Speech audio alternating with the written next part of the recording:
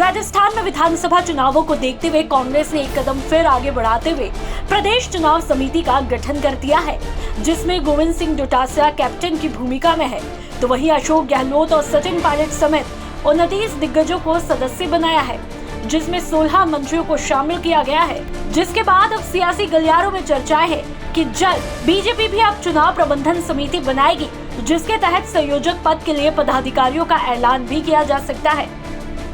हाल ही में एमपी में कृषि मंत्री नरेंद्र सिंह तोमर को चुनाव प्रबंधन समिति का संयोजक बनाया जा चुका है, तो वहीं राजस्थान में संयोजक पद के लिए नंबर 1 पर अर्जुन राम मेघवाल के नाम की चर्चा है। इसके अलावा वसुंधरा राजे और गजेंद्र सिंह शेखावत के नामों की भी चर्चाएं तेज है। समिति में नेता प्रतिपक्ष राजेंद्र राठौड़, उप नेता प्रतिपक्ष सतीश पूनिया, कर्नल राज्यवर्धन सिंह राठौड़ सहित कई चेहरे लिए जा सकते हैं।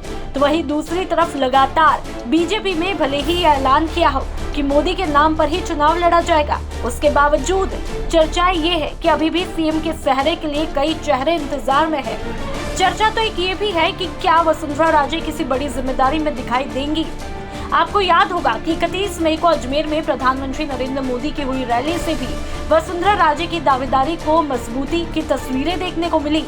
इस रैली में वसुंधरा राजे भी मंच पर मौजूद थी। इस दौरान दोनों नेताओं के हाव भाव से ये संकेत भी मिले कि बीजेपी शायद राजस्थान में कर्नाटक वाली गलती ना दोहराए। तो सवाल है कि क्या बीजेपी वसुंधरा राजे को ही आगे करके विधानसभा चुनाव के दंगल में उतरेगी।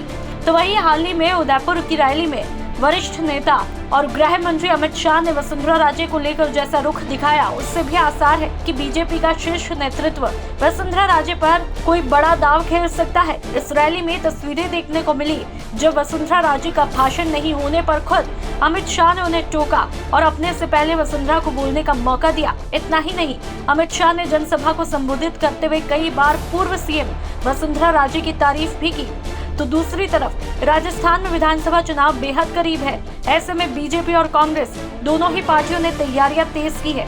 बीजेपी अब राज्य सरकार के खिलाफ हर एक मुद्दा विधानसभा में लगातार पुरजोर तरीके से बुलंद कर रही है। साथ ही बीजेपी ने कांग्रेस के खिलाफ नहीं सहेगा राजस्थान अभियान की भी शुरुआत की है। इसके तहत बीजेपी कांग्रेस को भ्रष्टाचार, पेपर लीक जैसे तमाम मुद्दों पर जमकर घेर रही है।